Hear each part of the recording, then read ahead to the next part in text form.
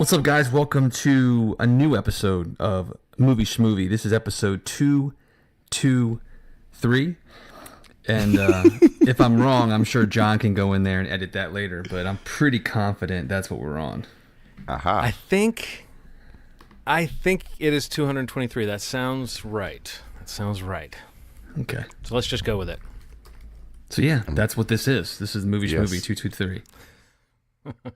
Sounds like a bad TV pilot that never took off. Movie Schmovie 223. Yeah, right. 223.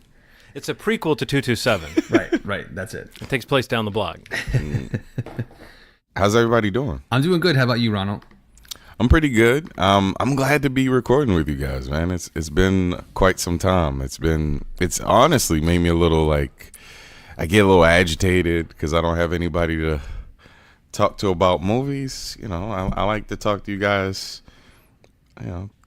about movies, and I've been missing your opinions. I get backed up the same way. Yeah, for sure. Not just movies, just anything. Just life. Yeah, it's very true. Just in case people are wondering why it's been so long, we were going to have a second episode in September, but we didn't quite get it together before I went on vacation, and then that set us back a week, and now here we are catching up. So maybe we'll try to get 3 episodes out in October just to let everybody know that we love them, since we only had 1 episode out in September. Yeah, definitely. I don't know if that sounds good to you guys. Going to try to get a couple more in, because, it's such a big time for us. There's horror movies to talk about. We always have a Halloween-themed episode. Yeah. There's been the possibility, I don't know if you guys are still considering watching all the Candyman films for an episode. Does that sound like something we could do this month? I'm very down. What about you, Steve? Very, very down. That sounds fun. Okay, so that's coming up, folks. You heard it here first. We just made a plan. Look at that. Yeah, it's very true, the idea of you realize how many people I really genuinely deeply talk to about movies. You know what I mean? I feel I do have friends that are into movies like I am, but nowhere near to the level of conversation that we have on this podcast. So yeah, it's definitely it's a nice outlet for all of us, obviously. But I find myself it's oh yeah, we got the Facebook thread and people I work with, or people I just see regularly, and we chit chat about a lot of the more mainstream things that most people may have seen on TV or in an internet ad, or a preview in a theater or something like that. But it's definitely cool to be able to kind of catch up and get it all out there, whatever we've seen over these past 2 or 3 weeks, and looking forward to that right now. Yeah, when we were talking on Facebook, John, you were like, let's call this "We're Still Here," which is great because that's a very true statement, and hopefully we can get some extra content out this month, since it is such a great month for us and one of our favorites of the year. So Yeah, I'm glad we could get this together today for sure. Yeah, another option I thought of, since we are going to talk about some trailers for some upcoming films, I thought Into the Trailer-verse would also be an acceptable title. I like it. If that's what we end up going with, I'm down with that too. But it remains it remains true that we are still here. So Yes, we are still here, and I'm still John. and I'm Steve. I'm Ron. So yeah, trailers. What's up? The one thing I was going to say about trailers as a general concept is that there are some people I think who don't like to watch trailers, or who think that trailers somehow ruin the film or view them as spoily. Right. And I know people who for various reasons don't watch or don't like trailers. And I was wondering, where do you guys sit on that general feeling of, would you be happy just to walk in to see a movie with no trailer, nothing, just knowing that you want to see it based on what it is and who's making it? Or do you feel like you get something out of the trailer and it kind of gooses your excitement and kind of keeps you fed in a way that if you're anticipating something, it's kind of painful to wait, but a trailer maybe helps you out with that wait? Man, that's a really good question. Personally, I feel like I'm definitely on the side of I want to watch all the trailers. I just love getting a taste of all the movies that are coming up. I think especially in today's landscape where there's tons of movies coming out every weekend, it kind of, outside of reading about things and hearing about casting and, production, woes or cool stuff that we read online, there's so much that comes out now that sometimes you want to see, or at least me, I can say I'd like to see that visual, whether it's a teaser or a full-length trailer, some sort of representation of what's coming up, because it kind of helps me prioritize what I really want to see. Ideally, sure, I would love to go in to a movie completely cold and really not know much about it, except for the fact that maybe I like the director or I like who's in it or whatever. But one, I don't have the willpower to do that, and two, I just like I said, I feel like there's so much stuff out there now, like 3 to 4 movies coming out every Friday, that it's like, well, what's my priority? And usually that's kind of you're getting that impression. I'm getting that impression usually from some sort of visual of of the style, of the tone of the movie, of some of the performances of, that I can look forward to. So I definitely fall on the side of, I'm pro trailer. I usually watch almost all of them. There's been a couple that I've kind of not watched too often, or I don't watch every trailer that comes out for a movie because, like you said, they can be a little spoilery. So, yeah, I don't know. That's kind of where I feel like I'm falling with the whole trailer conversation. What about you, Ronald? Do you like trailers, or do you kind of view them as a necessary evil? I think they definitely are a necessary evil. I think the way that they're being pushed us should be rethought. But I guess I'll start with the whole idea of a trailer. I think there's still some element of surprise and like sort of group excitement when it comes to trailers that I feel like it almost has intensified in our kind of landscape of digital media. I remember when trailers used to come out back when, YouTube was kind of in its infancy. There wasn't really quite the excitement that we have now when something comes out, when there's a new trailer for something, when Disney drops a new trailer, when there's a controversial trailer, one that doesn't look quite as good as we anticipated. That brings people in, and you can see statistically, especially as of late, the whole Disney wave and comic book wave and biopics and things that are kind of coming along, there still is this crazy excitement about all that stuff. Now, with that said, I don't think the teaser trailer should exist anymore. I don't think the whole idea of like whatever the teaser's supposed to be doesn't feel quite like a teaser anymore. Whatever the sort of slow game of easing you into the story, showing a couple images, that's not a teaser anymore. You're basically getting a fraction of a trailer, a full trailer, that's maybe a minute and a half versus the 3 minutes, 4 minutes that you get with the full trailer. And that doesn't feel like a tease. It just feels like somebody lazily cut the first 4.5 minutes of the 4-minute trailer, gave it to us, and then they just let us see the rest when the other one comes out. So, yeah, I feel like teasers give you tone, and then the first real trailer gives you a little bit of the story. And I think especially with the kind of tentpole movies you're talking about, you get a sense of, okay, the teaser is there almost to say, look at what we've got right now. Look at the best footage we've got right now, to get you into the mood of what this movie is. And then usually coming out of the teaser, there's all these people making assumptions as though they already know exactly what the movie is. Right. And so people get up in arms about what the movie is or isn't. And then there's all this speculation, and then there's articles unpacking that, and then there's a trailer that gives you a little bit more of a story. I would enjoy watching a movie completely cold, and I've done it before on purpose, and it is a great experience.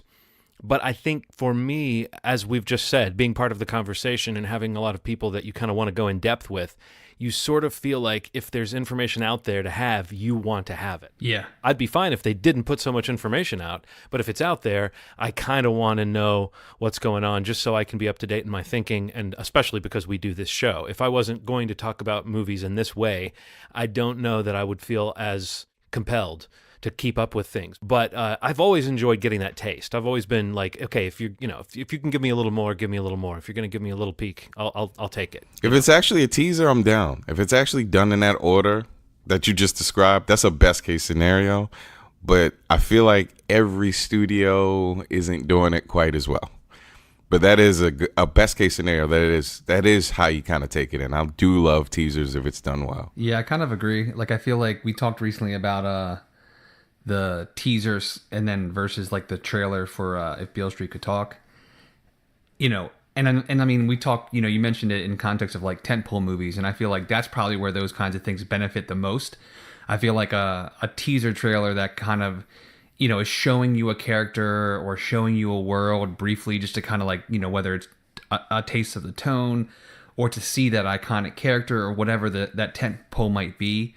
Like, it definitely plays better to that type of film, I think, because, like, in the case of Beale Street, like, I feel like I really didn't like the teaser trailer, because I feel like it falls more into what Ronald's describing, where like you literally, it's giving you more of like, you know, a minute and change of a 3 minute trailer, where if it wasn't ready, I just feel like the impression is so much stronger to see that full trailer and to better sell the movie. Because I mean, like I said, there's so much coming out that, you know, if somebody's gonna watch one trailer of a film that they knew nothing about and it's only the teaser, and it's like not a good teaser, or it tries to be a trailer and really doesn't, you know, provide enough to hook someone who maybe wasn't already sold on it, I feel like it's kind of a moot point at that step, you know, because I mean, it's not really accomplishing anything. And that was the most recent example of where like the teaser looked good to me, and like I love Barry Jenkins, and I look forward to pretty much whatever he puts out.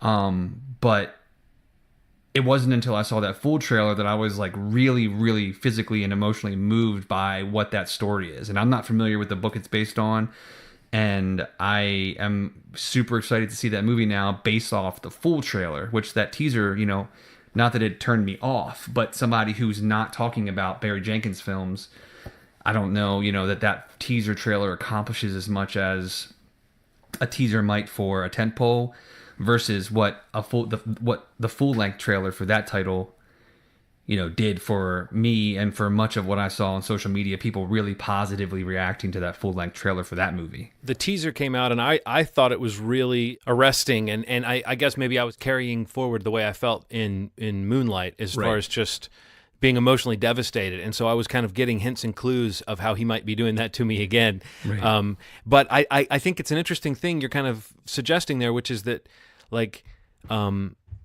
Barry Jenkins' new film, If Beale Street Could Talk, that right there has you interested. Right, exactly. The teaser doesn't do much more than just kind of add some imagery to that idea, whereas the trailer definitely gives you much more of a sense of what the movie might be. And I was going to second what you said. I noticed not many people talking about the teaser, and then suddenly all these people I knew were saying like, "Oh my gosh, Barry Jenkins has a new movie coming out," when the trailer came out. Right. I mean, I think it hit a nerve perhaps because it was selling more of a thing. Yeah.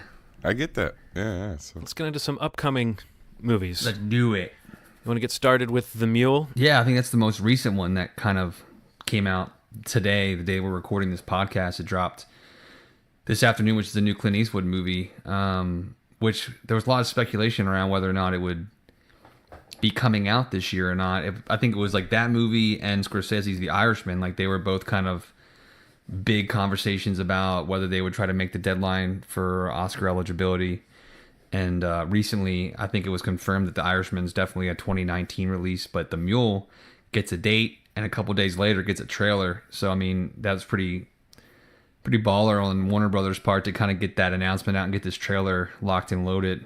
And surprisingly, like I was like super into this trailer, which surprised the shit out of me. I'm not the biggest fan of most of what Clint Eastwood has done as a director, with the exception of maybe two or three movies. Like the only one I genuinely love is Mystic River, which is like one of my favorite movies ever. But I mean, more recently, I haven't really been into much of what he's been putting out.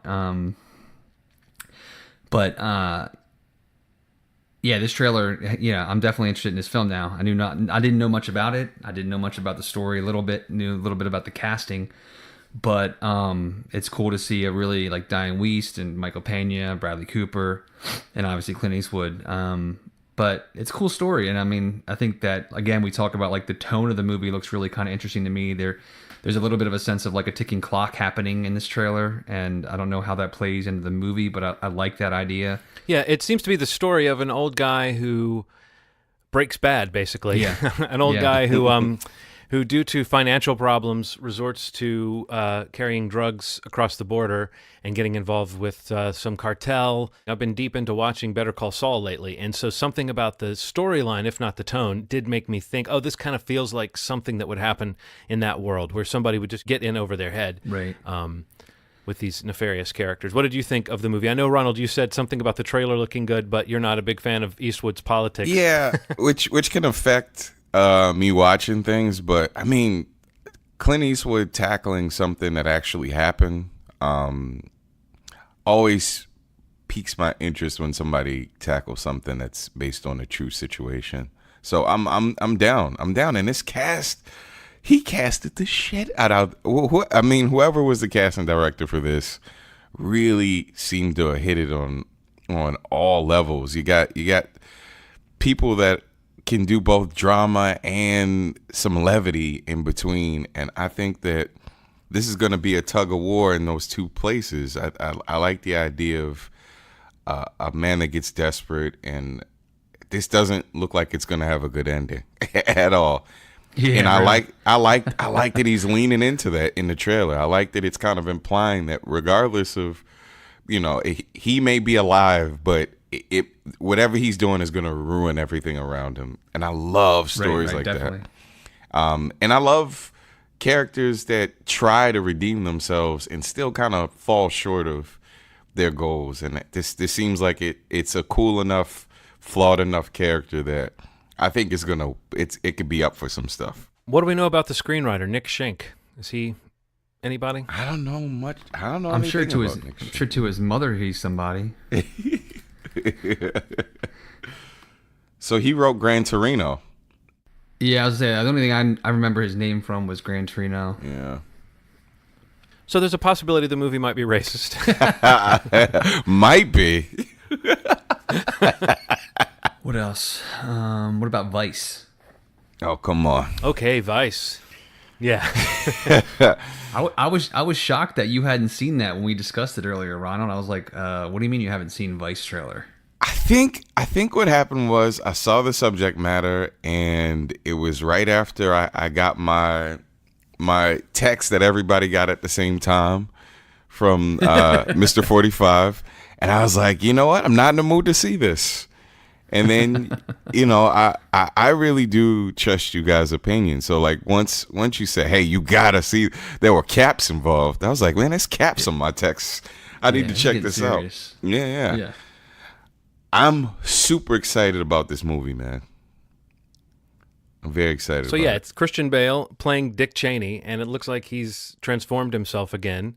He doesn't quite look exactly like Dick Cheney, but he looks close enough, and the performance looks really compelling, and the movie's take on the character, kind of presenting him in this ironic way as like a rock star and a really cool guy. I mean, I just felt the sarcasm oozing out of the frame, knowing Adam McKay's political stance, which I think is really what makes this movie interesting. Yeah, for sure. This is not going to be a flattering portrayal by any means. Oh wow, no. I kind of felt like he looked more like him in the older, like when he's older Cheney.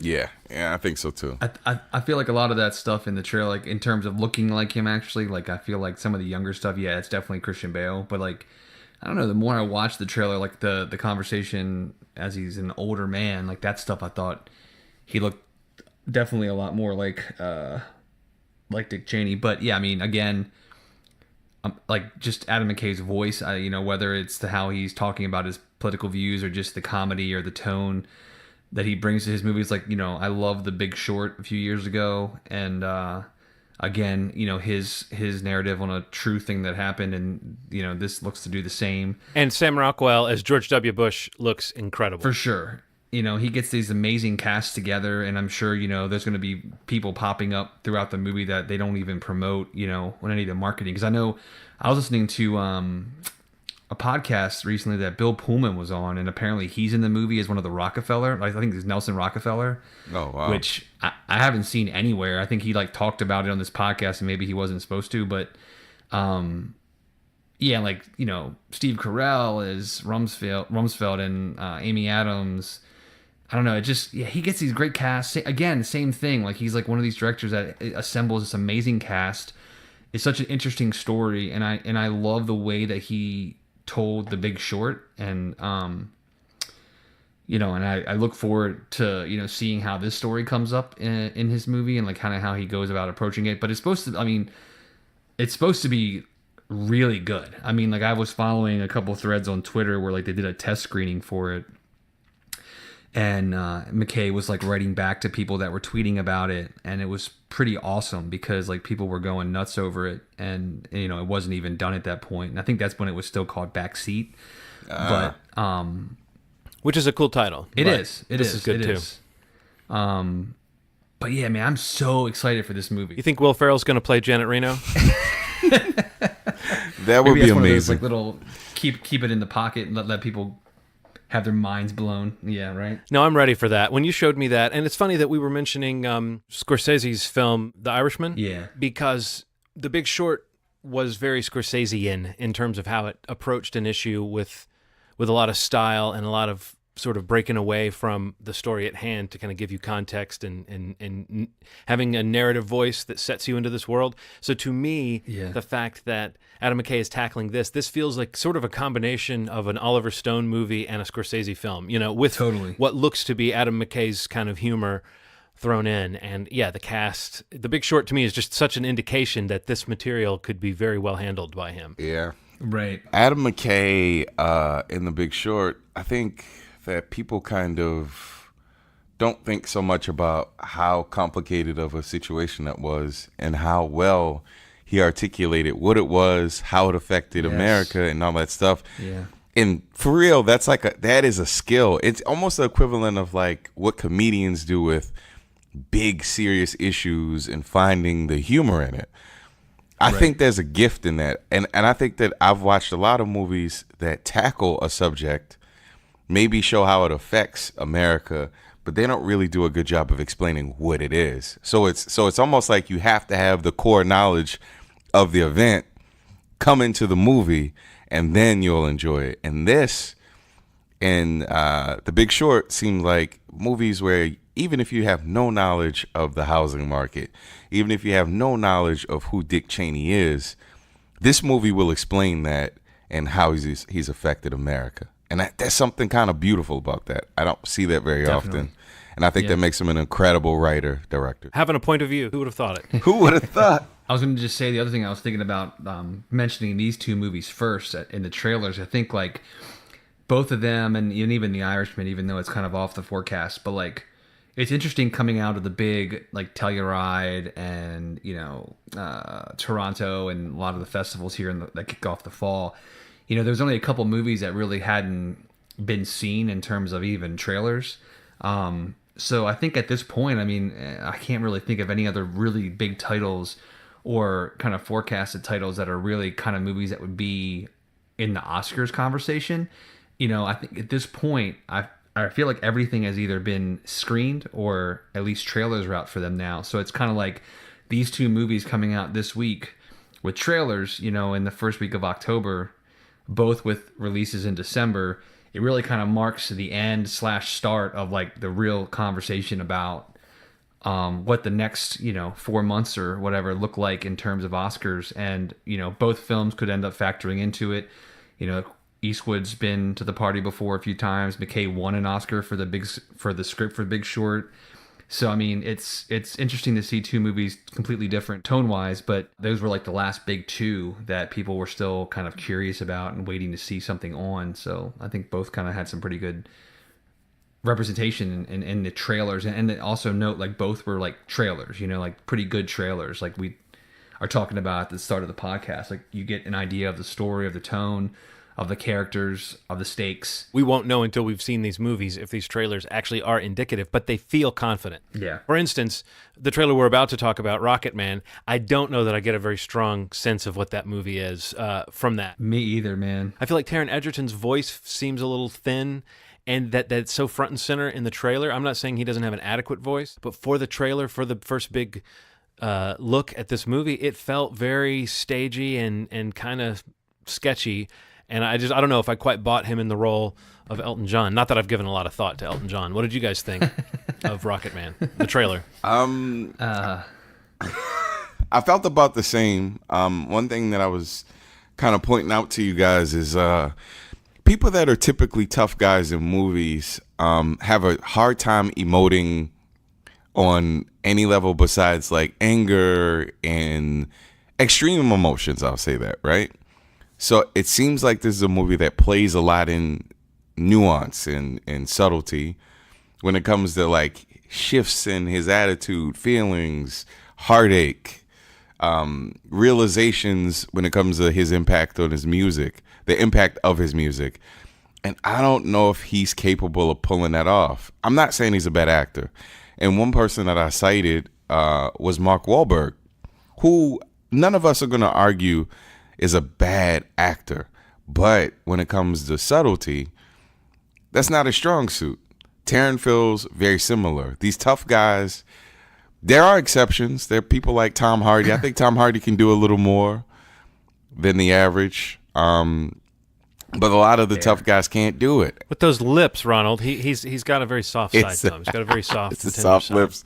That's what it is. But what do you guys think about that whole idea? Yeah, I definitely think you're onto something, and I feel like we started this conversation on our message thread about, like, I was asking you, like, what's your take on him? Because I mean, I feel like walking out of that trailer, I don't know, just initially I just don't necessarily feel it with him playing Elton John. I feel like he's also kind of got a challenge on his shoulders because, you know, you come off of trailers.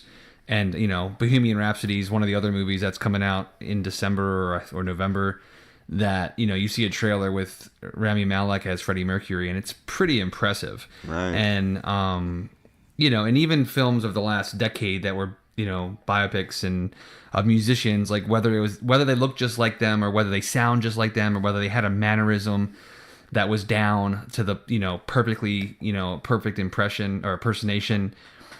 You know, there's something about the performance in a lot of those musical pieces that are like, you know, oh yeah, that's totally, you know, Jamie Foxx as Ray Charles, or, you know, Rami as Freddie Mercury, or I don't even know what else. But I guess my point is that, like, you know, you're seeing all this marketing now for Bohemian Rhapsody, which it looks pretty impressive in terms of like the look of his performance. And what you guys have said so far, I definitely agree with. Just I walk away from that just feeling like I don't know that I'm buying him as Elton John, who is such a big personality and has a very unique look and just an air to him that I don't feel like even in that teaser is really shining at all in you know, for that performance. And the voice, yeah, the vocal piece as well. It sounds like, you know, it's in a lower register a little bit, which doesn't kind of sound right to me. When it's such a distinctive voice, one of the biggest pop voices of 2 decades. Yeah, you know? yeah. Oh, exactly, absolutely. That aspect of what makes those other films so arresting, like Rami Malek as Freddie Mercury, also is in a movie that looks pretty good. Like the movie making looks interesting. The shots are just more attractive. This felt kind of chintzy looking. And like I said, if you go to see it and it's a big, bright, kind of splashy musical, I think maybe that energy could carry you through, and you would see this might be a case where a teaser is hurting it, because this isn't a very complete look at what the movie might be, and it doesn't look like it's got any big scope or scale. And honestly, the non-performance shots of him, I was like, okay, maybe I can buy him. But then when he's actually at the piano and he's singing, it just was like, no, you know, whatever illusion they might have created was broken. Unlike the Rami Malek stuff, where it really does feel like this guy has found the essence of Freddie Mercury in some way. You know, that doesn't mean the movie's going to be great, but that movie does look more, Bohemian Rhapsody does look more like a movie. But it also had a teaser that was kind of iffy, and then a trailer that was a lot more solid. So maybe that's just maybe that's what we're picking up on, is that teasers are the problem. Yeah, it's almost like they have to get the teaser out so that you don't forget that the movie exists, and that, you know, hopefully they, you know, hook you enough that you're, you know, it's resetting the clock on your wait for this film. Or, you know, oh my God, there's a Rocketman movie about Elton John. Now I know. And, you know, it's like, I don't know. It's weird, like how that layering happens marketing wise. Cause yeah, I mean, like, Elton John fan, and I didn't find anything to really be all that impressive or exciting to me.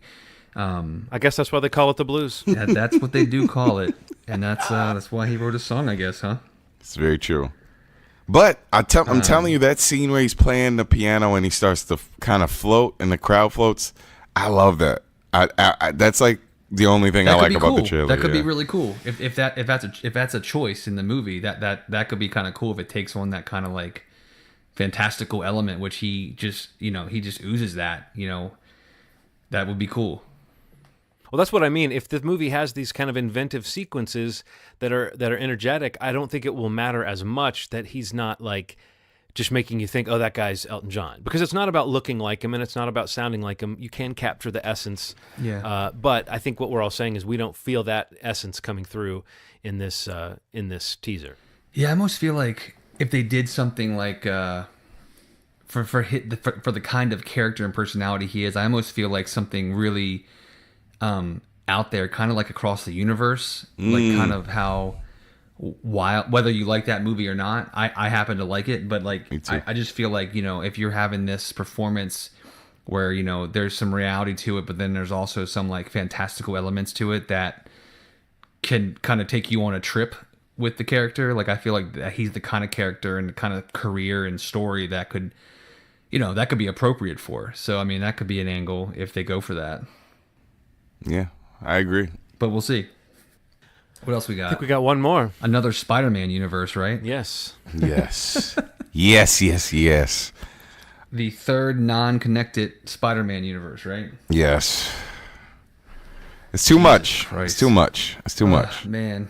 Spider-Man Into the Spider-Verse, which actually, from the trailer, might be connected to the Tobey Maguire universe, because if you look at Peter Parker's flashback to his career, a lot of the images are sort of references to or taken from the Tobey Maguire movies. So I think that is a clever nod if they do want to suggest that this version of Peter Parker is the older version of that version of Peter Parker. Well, So then why not get But yes. Tobey Maguire to voice it? Isn't he supposed to be an asshole or something? I mean, Yes. I hate to Yes. say that, but I feel like I've heard terrible things about him. So, Yeah, I've heard the same. like who would you invite over to the barbecue at your house? Would you invite Tobey Maguire or Jake Johnson? I think Jake Johnson, we would all say Yeah, that guy's. definitely. Seems like day. a much better hang. Every day. And I love Tobey Maguire in some things, but no, I think this seems like a great take on the Peter Parker character, but that's not even the point of the movie at all. That's just the kind of thing that gets you into the concept. Miles Morales, who's a big deal to comic readers, but I think movie audiences are about to really fall in love with this character. I think this trailer looks great and fun and inventive, and I mean, I'm about as excited for this as I am for anything coming up, as far as that kind of like, let me have an experience in the theater type of movie. This is a beautiful looking movie. One of the first I've ever seen that captures the comic book style and has it moving in a way that feels very natural, but also still serves the purpose of how it looks in the comic book style. I think the really cool part about this, and this is something that I've kind of said to you guys way before I found out that this was a thing, the idea that it could be animated means that you could do anything in this world and it'll look cool. This is a thing that we've been kind of robbed of with special effects. You know what I mean? There's literally special effects put on top of reality. So what that does is it kind of, you're handicapped a little bit. You can see that this large being that's beside this person doesn't look natural. Right. And because you have this animated sort of style, everything's going to look like it matches tonally, lighting wise. You know, I talk about light a bunch because it's jarring sometimes how bad some special effects are. I think we're going to see a movie that captures all of what Spider-Man is and still makes this enormous events happening around him look incredible at the same time. So I'm excited. Yeah, I think it looks awesome. I mean, to stay on brand with our conversation about teasers, I think when this first teaser came out, not only kind of just making people aware that this movie existed, because this is one of those things that came about during that Sony hack. I don't know if you remember, they were like, that was one of the elements in one of those hacked emails, like that kind of broke before Sony was able to announce it at like one of their upcoming events, that like that this was going to happen with Lord and Miller, and but a lot of people forgot about it, and myself included. I didn't really even remember that it was happening outside of seeing it on some like, you know, release schedules. But this was one where like the teaser trailer was like awesome, and like you're saying, Ronald, like the fact that it's animated, anything is possible, and like some of the shots in that teaser trailer were just like phenomenal. Like they looked amazing. And you know, the trailers that have come out since have only kind of expanded on what the story's about, introduced additional characters, set some more tone, you know, points for you.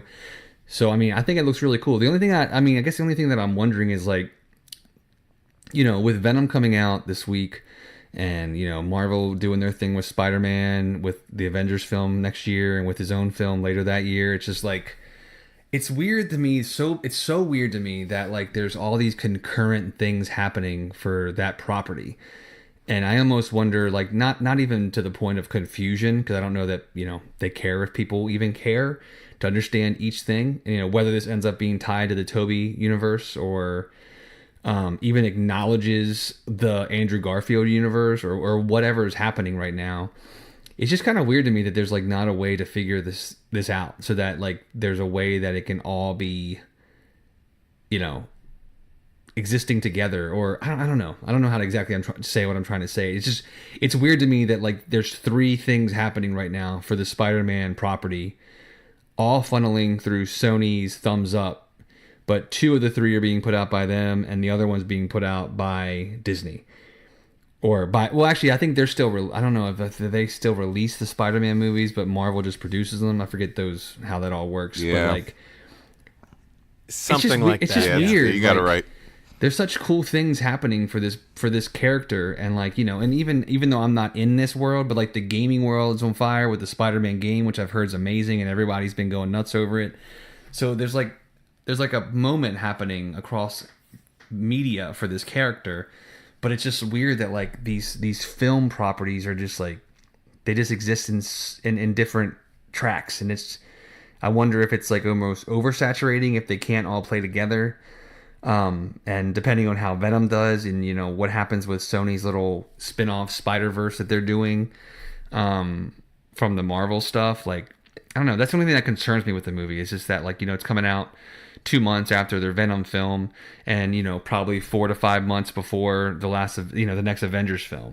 So it's interesting that over the course of 7 months you're going to have 3 Spider-Man movies, and then 2 months after Avengers there's going to be another Spider-Man movie. Like, it when you think about it like that, that's crazy. Between now and next July there's going to be 4 Spider-Man properties coming out in movie theaters in wide release. However, I don't think Venom is like, I think Venom is doing everything it can to seem connected, but I don't think that audiences associate Venom with Spider-Man as much as they will Spider-Man Into the Spider-Verse, as far as just the imagery that hits you and the excitement for it. So I could see that being a huge movie because it's got like family appeal right around the holidays, whereas Venom, people just aren't talking about it like it's a real thing, which is odd because Tom Hardy is a great actor and can really make something work. So it's weird that he got to do a movie that's kind of tangential to this Spider-Man stuff that audiences tend to like, Spider-Man stuff, Right.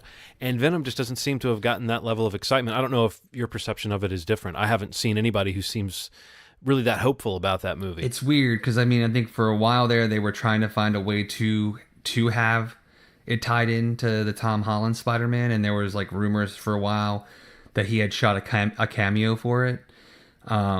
But I don't think that that's in the film. I haven't seen the film. I don't know if that's in a stinger or something like that, or if that even happened. I don't know. I haven't seen it. At the time we're recording this, it's just now hitting theaters. Somehow I feel like I would have heard if there was a stinger with Tom Holland in it. I've been seeing a lot of people posting that the stinger is like really good. Oh, well, maybe. But not what it is though. Most people that know the property know, that there's a connection to Spider-Man. And honestly, I feel like part of Sony probably thinks that, if we can kind of keep this running until like the whole Marvel deal ends, like that's the way to get back in, to kind of hopefully get a property together like that. Because they have a couple other like movies in production right now that are still kind of tied to Spider-Man, but not tied to Spider-Man officially. But the fact that there's a Spider-Man movie with Tobey Maguire in it that has Venom in it, there's a connection there that people remember and or know. So it's challenging. They have a challenge ahead of them on how to navigate it. But I'm just saying that when I say out loud that like over the next whatever that equates to 8 or 9 months, there's 4 movies coming out in wide release that have something to do with Spider-Man, whether they're tied together or not. It's wild. No, you're right. It's crazy. It's crazy. I feel like DC's about to have that with the Joker, with all this stuff I'm hearing about. There's a Joker and Harley film, and then there's the Joaquin Phoenix, Todd Phillips movie, which I'm actually really excited about. Me too. But I think that it is starting to sound kind of crazy over there For too. sure. You know, they're throwing everything at the wall to see what sticks, and also it's a little bit more like the comics when you have different things going on. But I know what you're saying about how it's hard to think it wouldn't be either oversaturated or sort of confusing for people after a while as to just like whether they should give that much of a shit about Spider-Man when people were excited when Spider-Man Homecoming came out because it was kind of a fresh take Right. on it. But if we're suddenly sort of inundated with all this stuff, I think the benefit is that most of it feels pretty different, you know? Like Venom is Venom. This Into the Spider-Verse movie looks like it's trying to create a whole new way of telling this story and a way of bringing in concepts that the movies haven't done yet. And then you've got Infinity War. And even if it is oversaturating at that point, I think that the Spider-Man movie that comes after Infinity War Part 2 or whatever it's called, Avengers 4, I think people will be curious to see that little taste of what is the aftermath. Yeah. So I think it is a little different, but it is crazy. I mean, I bet by next summer we will say to ourselves, okay, we're done. we're done with Spider-Man, hopefully, for a while, right? I'm curious to see how Spideyverse does box office wise. Me too. Me too. I think it's going to do really well because it's like kid friendly, and I think that is one of the things that really works with stuff like that, especially if it's like it's like a kind of crazy concept. All the Spider-Mans in one dimension and all that stuff. That's Right. it's kind of cool. No, it's crazy, and they've done it in the comics, and it's an interesting assortment of characters, you know. Yeah. So it is something that I think it is kind of a mind blowing thing to jump in with as your first movie. But And man, I was gonna say, I was gonna bring up Kevin Feige.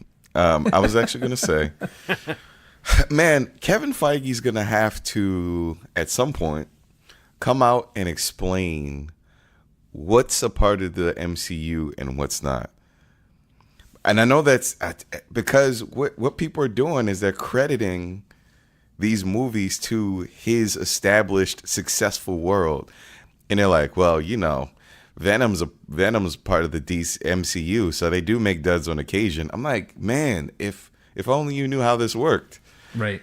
And I know it's confusing as fuck, but Kevin Feige should come out and say, hey, Spider-Man, this and this, we touched.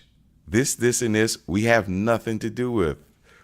I know it sounds shitty, but like, man. They've kind of done. He's kind of done that. There was that awkward interview or a press conference with Amy Pascal, the woman who at one point was the head of Sony, where I think there was a comment where she kind of was alluding to, I forget if it was either Venom or the Spideyverse film. I think it was Venom, of whether or not it was going to be a part of the MCU, and there was like some backtracking on Feige's part, and I don't know if that's what changed the rumored plan to have Holland have a cameo in Venom. But I mean, all there is really to understand is that, if it's not being put out by Disney or being produced by Marvel Studios, like, it's not a part of the MCU.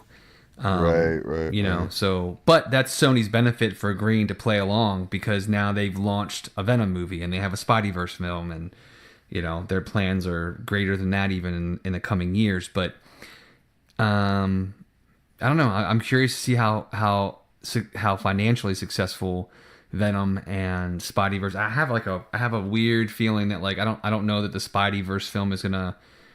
I don't know. I don't know how it's tracking right now, but I have a feeling it's gonna get swallowed up a little bit and not perform as well. there is no MCU movie around the holidays. There is no Star Wars movie this year. So doesn't Spider-Man Into the Spider-Verse kind of fit into a slot that sort of scratches that itch? I don't know the exact date that it's coming out, but I just think that even being family programming, I think whatever it becomes, like, Aquaman's still coming out, and whatever that untitled Deadpool PG-13 thing is coming out, even if it's just a PG-13 version of Deadpool or Deadpool 2. There's other family programming coming out. I mean, that holiday stuff is so. Mary Poppins Returns, and like there's tons of other things coming out. Maybe not so much the same niche as like a comic property that's animated, but I don't know. I'm very curious to see how it performs. I think Venom will do okay opening weekend, but then drop off massively. But I mean, this looks really good to me, and I'm really in on seeing it. I'm sold. Like, I love the idea of what the story is. But I got a gut feeling that like I don't know what a good performance is for it because I don't know like what the budget was or really what it's tracking. But I just get a vibe that like it's people that are in the know or like following this stuff are stoked on it. But I don't know that there's a general public awareness and or want for it. So I'd be curious to see what happens with it. So Is that the slate that we got for today? I think so. I think so. Ronald, you got anything else on your mind? Anything you're looking forward to? Yeah, well, I heard some news about the Deathstroke movie and Gareth Evans being dropped off. So I was excited about that, and now I'm not excited about that. But that's not happening this year. So Is it still Joseph Manganiello? yeah, he's tentatively cast to be Deathstroke, and they're like, oh well. I bet that movie never happens. Yeah, I think it's gonna get Like canceled. the Gambit movie with Channing Tatum. Right. I heard some news that might reemerge or something like that. The Gambit movie. I don't know, man. I don't see why it would now that Marvel's got it. Like the interesting thing is your buddy Kevin Feige, he's going to be in charge of all the X-Men stuff now, so Yeah. he'll be the one who decides. Which is a move that I approve of. Quick thing I wanted to know your take on. Cary Fukunaga on Bond 25. What are your thoughts on that? I feel like it's just kind of doubling down on the tone shifting from what Bond films are. I mean, I'm a fan for sure, but I feel like his film making and the TV shows he's been involved with, they definitely have a certain tone, a certain aesthetic. I don't feel like with Sam Mendes coming on to the Bond films, they kind of like with Skyfall and I think he do Spectre.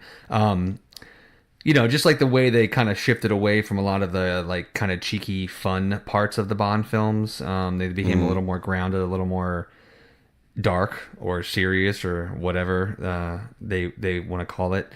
I don't know. I just kind of feel like I'm interested to see that film. Like I said, I like him a lot, and I think he's definitely has a vision for the things that he is involved with and that he puts on the screen or on the television.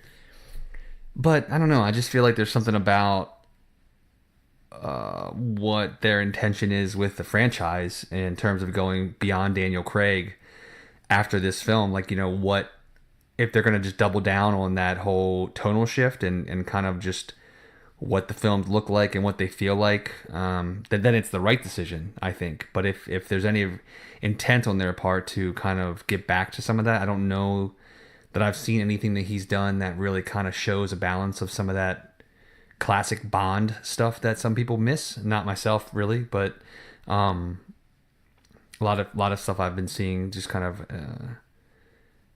talking about that piece of it, just like what kind of style he brings to it, what voice he has, and it doesn't really have a lot of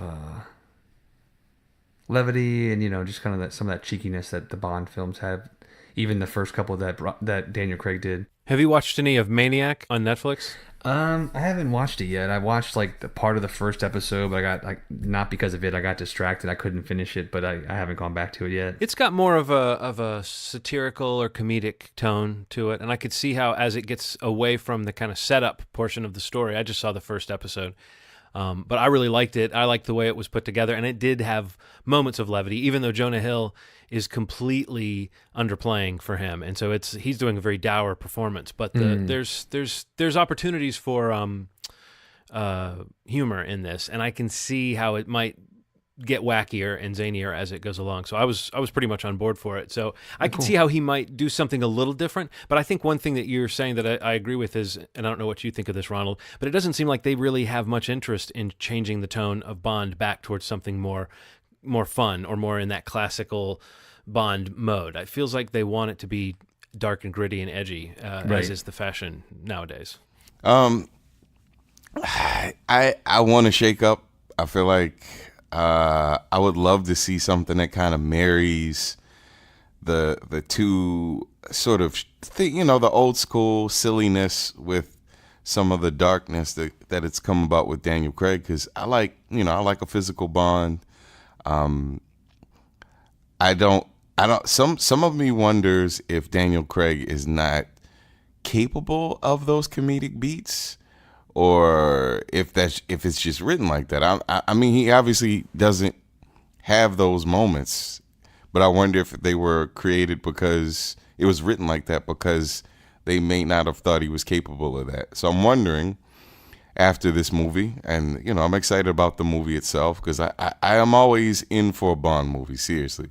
Did you see Logan Lucky? Yeah, I liked it. Well, Daniel Craig was very funny in that. He was. You're right. So and he wasn't that bad in that other one. Oh God, the first gangster movie that he was in.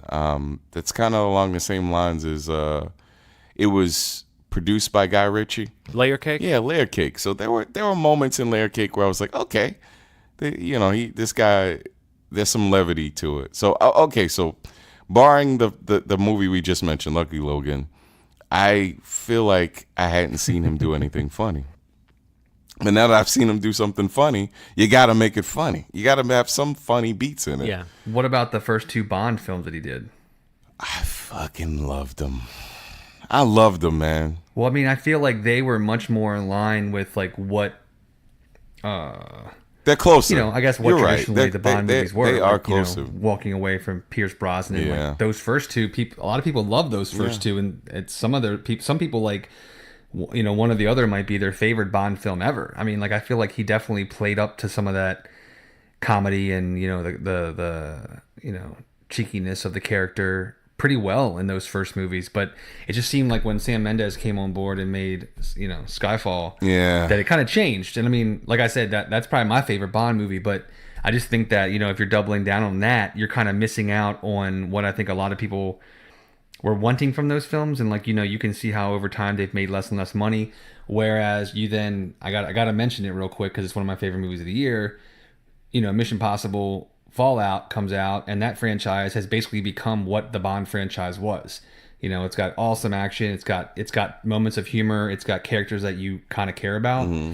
And, it's kind of not too serious, and it's kind of silly at times. And it's, doing that really well. And I mean, this last one I think might be the most successful movie in their franchise, which is insane. And it's kind of going on the inverse for the Bond franchise, and now kind of getting a filmmaker who definitely is an impressive talent. I know Danny Boyle was on it for a moment and then kind of bailed, and now Fukunaga's on it. I wonder if it actually happens, but I don't know. It should be interesting though, because I mean, I feel like there's got to be a balance. Because I mean, I think that the last couple ones kind of dipped off. Each one has kind of dipped off, and because I think it's because of the tone and the more gritty, the physical Bond, and like you were describing. But yeah, agreed though. I will see any Bond film. I'm curious what their plan is for this, and more importantly, past Daniel Craig. But right, it is kind of odd at this point when it feels like Daniel Craig might be on his way out to bring in a director. Yeah, it almost seems like they're going to be wrapping up something in the vein they've been mining this whole time, that they're not going to try to do something different. But when Danny Boyle was on, it did sound like maybe something different was going to be happening. Right. They even brought back their usual screenwriters to take another whack at the script. So it does feel like whatever they were going to do with Danny Boyle is not happening now. Right. And you wonder, was that going to be interesting and fun? And that's the reason they didn't want to do it. Yeah. You might assume, because it seems like the opposite end of the spectrum. We shall see. I want to just make a quick comment about the day that this podcast is coming out on Netflix. If you subscribe to Netflix, I'd also like to remind and recommend the new season of Big Mouth is coming out on Netflix. It's a animated series on Netflix that Nick Kroll produces, and it was one of my favorite TV shows last year. Came out around the same time last year the season 1 did, and the second season is coming out the day this podcast comes out, and we planned it that way, obviously. Coordinated with Kroll and everybody, and we kind of got it lined up perfectly. And Kroll shows up on every podcast. He should come do our podcast. He should. Yeah, I agree. I mean, it's the last step in the whole partnership that we kind of got together. We're still waiting for him to get back to us via email. Yeah, don't be afraid, Kroll. But yeah, I just wanted to put that out there because I love that show, and the second season looks great, and the word on it so far is that it is in fact great. So I'm excited to watch that this coming weekend myself, and hopefully maybe you guys can check it out too. Yeah, I'll definitely check it out. Yes. I think that's all I got, fellas. Same.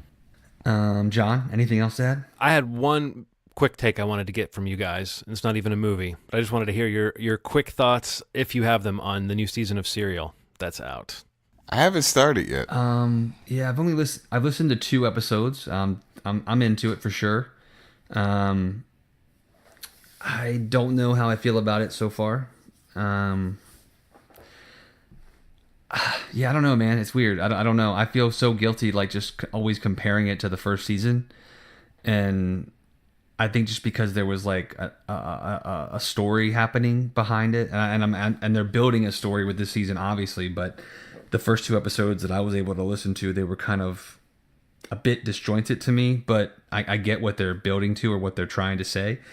It kind of blows my mind how much access they got to this court system and like how much they were able to record. Yeah, Ronald, do you know the concept of the season? That basically they're focusing on the goings on around these courts in Cleveland.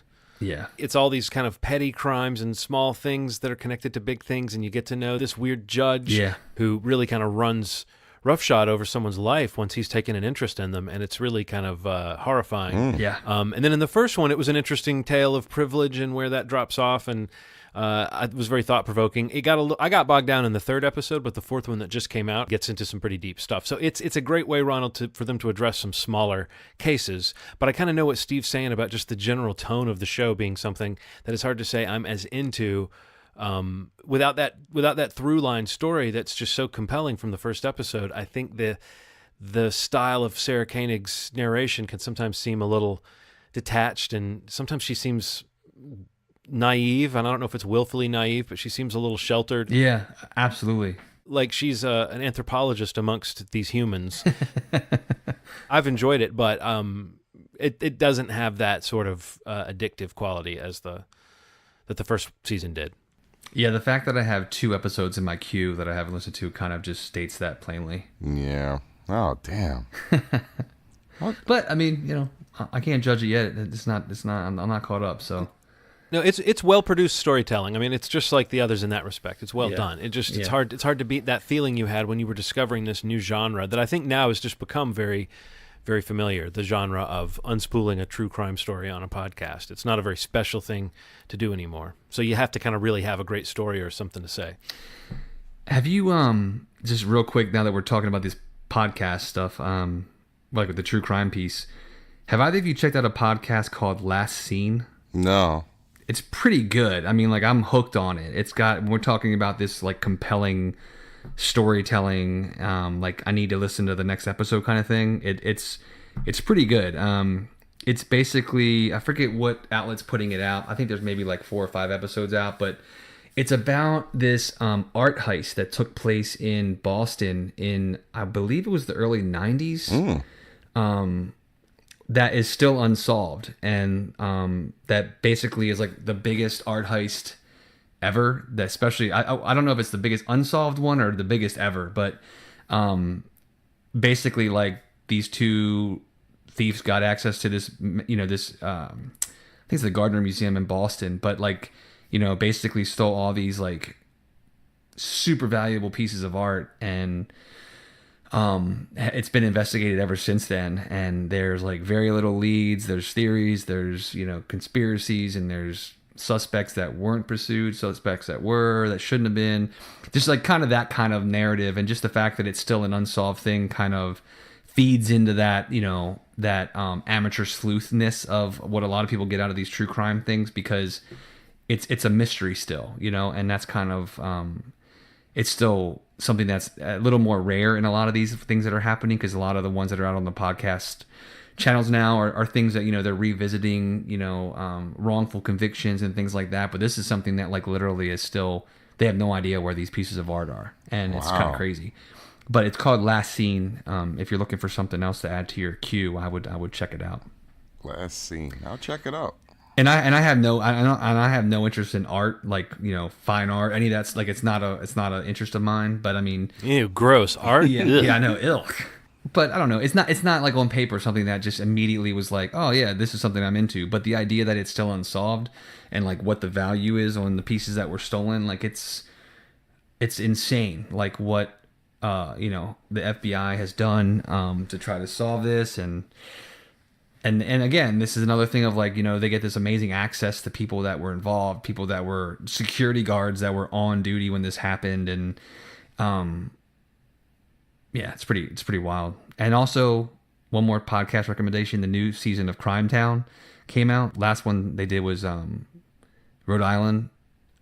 Providence, Rhode Island. And this season is about Detroit. And the first episode came out this week. It was pretty awesome. Now we've become a podcast recommendation service. Yeah. We dip into it every now and then. I remember a while back, I believe it was on one of the Thanksgiving episodes maybe that we talked about cereal years and years ago. It was 2 or 3 years ago. And so it seemed like it was worth following up. But it's nice to know what you guys are listening to. Have you been checking out any podcasts lately, Ronald, that are burning up your ear holes? I'm into the scripted podcast Wolverine the Long Night. I'm really, really into that. It's one of the I just don't listen to a lot of scripted episodic podcasts, and if you want something that has really good sound design and Wolverine and a bit of mystery and scripted, this is a really good podcast. Stitcher's it's official Marvel Stitcher collaboration, and it's definitely worth checking out. That's one of the ones I'm listening to. Hollywood Reporter podcast. I'm always listening to that. Either of you guys been checking out In Voorhees We Trust with Gorley and Russ? That is so weird that you just said that. I was about to just chime in and say, in the spirit of the season, yes, it's good. I love it. It is so fun, isn't it, Steve? It is amazing. Yeah, was it Matt Gorley and Paul Rust? Matt Gorley and Paul Rust, who basically are just there. Matt Gorley is involved in a lot of improv and sketch in L.A., and he's been had his fingers in all kind of pies, and he was part of the Earwolf expansion when they started adding a lot of shows a couple of years ago, Ronald. Yeah. He was a producer to a lot of those. And Paul Rust. Well, they just, every episode, they take a Friday the 13th movie and they talk about it in detail. And they go on 2.5 hours sometimes. And sometimes I'm like, give me more. It's just such silly banter. But they get so deep. It's one of my most awaited podcasts every week, is that show. Strangely enough. Yeah, same here. I actually signed up for the Stitcher Premium just to be able to listen to that podcast. Yeah, that's it. That's all I got. Yeah. Yeah. Yeah. Yeah. Yeah, boss. Yeah. Sound like my little girl. I was like, she's starting to do the no, yeah, like she's getting that down and like the head nod. Cool, guys. Well, dude, awesome getting together. Glad we could talk about some of these trailers. Hopefully we'll be able to catch up some time soon. I mean, we got a couple things planned. Hopefully we can see this through for this month. The Candyman thing that John mentioned, and hopefully we can get together for an episode of just specifically some sort of horror Halloween themed list episode, hopefully. Yes. I would love to do that. Maybe even with a guest. Yeah, maybe even with a guest. We don't even know. I don't know. We'll have to see what happens. But that'll be really cool, and hopefully we can get that out just in time for the holiday.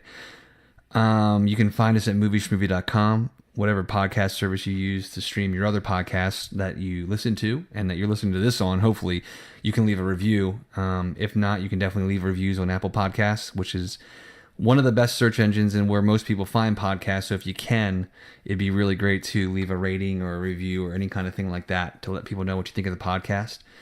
It helps us. It helps people looking for other movie conversation pieces like this. And we'd really appreciate it. I got nothing else, guys. If you're comfortable with the way this is ending right now, I'm going to let it just go. And we're going to go into that long, dark night and close out episode 223. I'm right there with you, boss. All right, man. Well, as always, you've made our day. Thanks. Bye.